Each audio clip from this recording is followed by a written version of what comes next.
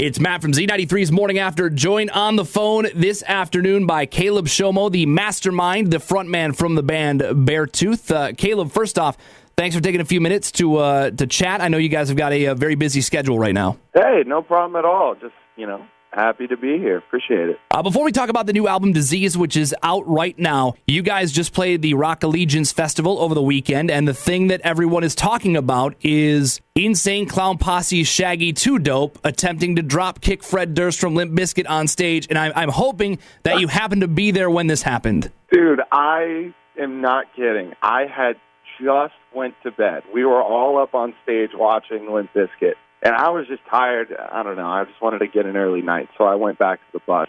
And first thing in the morning, everybody's talking about it. It's like, dude, right when you left, Shaggy 2 Dope came up and tried to drop kick Fred Durst, and his whole fight broke out. Like, what did I miss? So, yeah, unfortunately I missed it. But seems like things got a little tense at that show. And that was actually not the first time that you had shared the stage with Limp Bizkit, because you guys played here in Michigan with them on the Self-Help Festival a couple of weeks ago. Do you guys have the chance to sit down to talk to Fred and the guys at all? Because, that's a band that's been around for, 20, 25 years at this point. Yeah. Oh, I wish. Unfortunately, no. They're very busy people, as were we on that day. And, never really lined up. But, hey, anytime we get to play a show with Limp Bizkit, we are definitely going to be playing that show. That's for sure. Joined on the phone by Caleb from Beartooth. New album Disease is out now. It's been out for a couple of weeks. What has the response been like from fans? Because it had been a couple of years since people heard new music from Beartooth. It had been, yeah. We took some real time to put this record together, and so far the response seems to be really, really positive. I was really happy with the album. We took the time, we put in the work, and it seems to be paying off. And you definitely expanded Beartooth sound on this album. Was it important for you to kind of venture in different musical directions on this album? It definitely was. One of the big things about this record that changed it, I think, was the recording process. For the first two albums, I did them in my basement, and I love doing that. I still write down there. I still record stuff down there. Even a lot of the vocals you hear on Disease were done in my basement. But, it was all recorded other than, a little bit here and there, at a place called Blackbird in Nashville, which is a beautiful studio, and it really just gave a record a cool, raw sound and brought a lot of reality to it, and I think that had a massive thing to do with, how the songs turned out. I was going to ask how much the change in scenery in terms of both writing and recording kind of affected the sound of this album as opposed to a couple of the previous Beartooth albums. Yeah, I know. I did writing sessions in Los Angeles, Tokyo, and New York City prior to even really doing anything properly. These are just purely for writing, and I did those at Red Bull Studios, and it was cool. It's just those different influences in different areas really do affect the sound of what songs are produced out of there. And, I just think it gave a ton more options to put together a record that keeps you interested and isn't kind of the same sounding song over and over. Joined on the phone by Caleb from Beartooth. The new album Disease is out now. You talked a little bit about the writing process. And for this album, you wrote with some different people that you had never written with before. How do you think that affected the end product? It was cool. It just helped me expand on what I do. Reality is, whenever you're making a record, you're going to hit the wall, and you're going to hit that point where you're not sure what to do. You start questioning the music. You start questioning your songs. And getting something like co-writers that you really trust just helps to expand things. I felt like they really knew what I needed and what they needed to do to push me to get a better Beartooth song instead of kind of overhauling the whole thing and trying to force out some sort of pop single or some sort of forced thing. And, it was a really good experience, very positive. You described this album, Disease, as the most difficult record that you've ever made. What made it so difficult for you and for the band? It was just a tall order, really. I kind of set standards of what I wanted to do for this album before I even started it. And I stuck to those standards, and that was, I wanted the instruments to be real. I didn't want to resample the drums. I didn't want to use a bunch of digital guitar stuff. I wanted it to be kind of made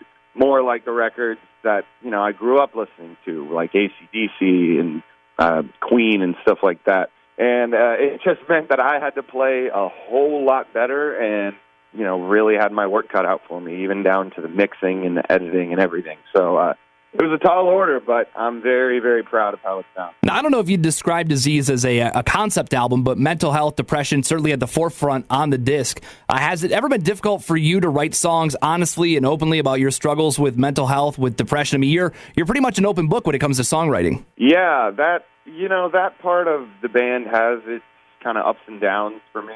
When it started, there was really no intention of it being a big project. It was just this sort of therapy session for me to write songs that tops maybe 4 or 5 people would ever hear. And it was just this way to get stuff off my chest. And then, band gets bigger, things start happening, and I just made the decision that I'm not going to change that about the music.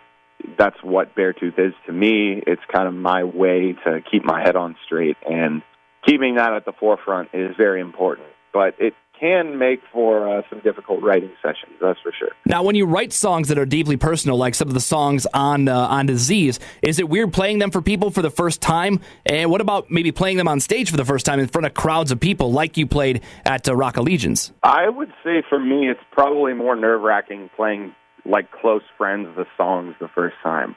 I don't know why, but I just feel way more comfortable in a live setting. I feel like when we're up there and the amps are loud and everybody's rocking out, it seems a little bit easier to kind of swallow stuff, and maybe people aren't paying attention as much to the parts in the lyrics as they are just kind of rocking out.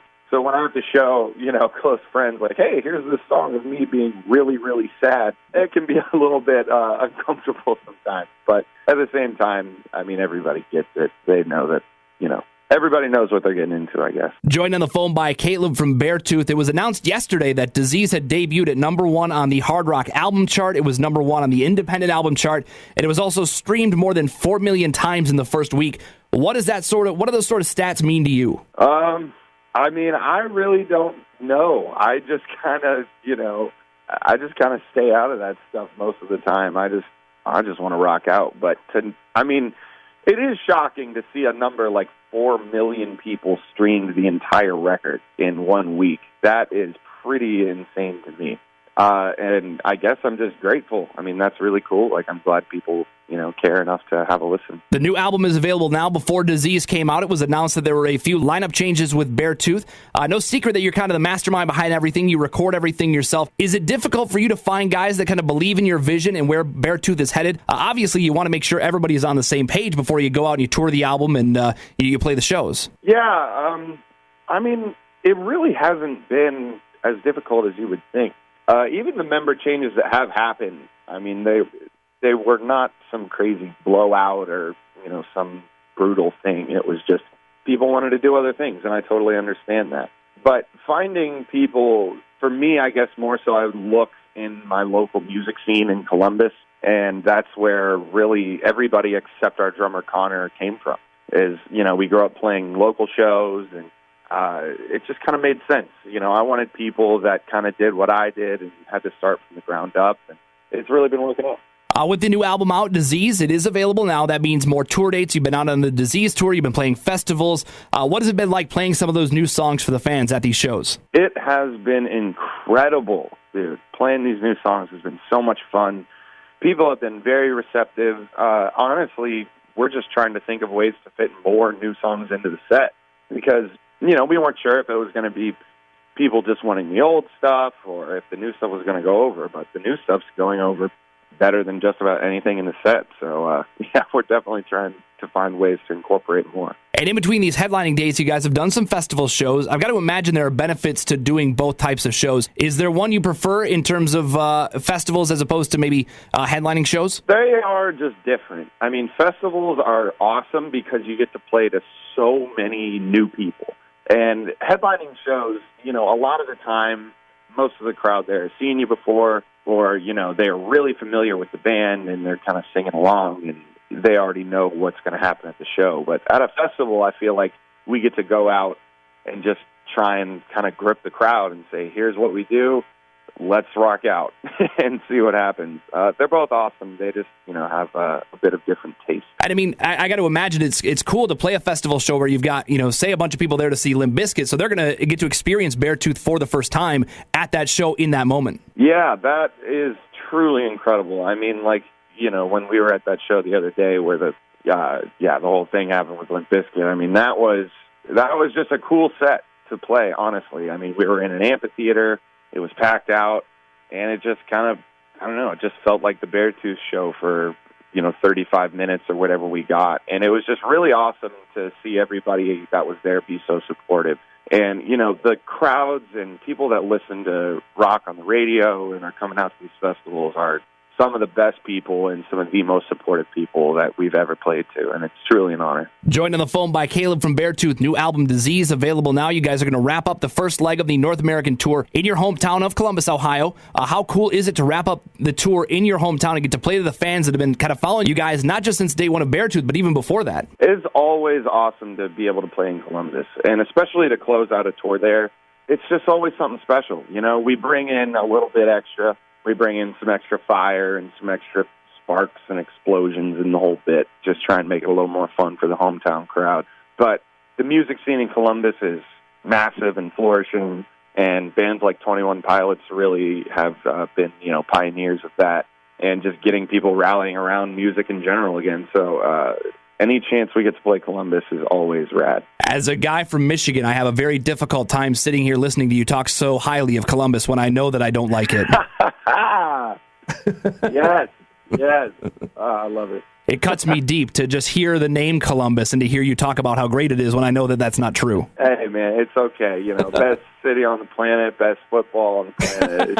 It is what it is. It is what it is. Once you guys wrap up the North American tour, you're going to head to Europe as direct support for Architects. What's on tap after that tour wraps up? I assume that 2019 is going to be very busy for Beartooth. It will be extremely busy. And as, most of these things go, we have a bunch of really cool stuff planned, but none of it's announced yet, so can't really get too into detail. But we will definitely be around all of 2019. There's no question about that. Make sure you're checking the website, beartoothband.com. The new album, Disease, is available now on Red Bull Records. And Caleb, I know you've got some more interviews to do, so I appreciate you taking some time to check in. And as, again, a guy from Michigan, I have to say this, go Blue. Well, hey, man, it was an honor, and I do really appreciate it. But, OH, and that's just kind of the way it goes.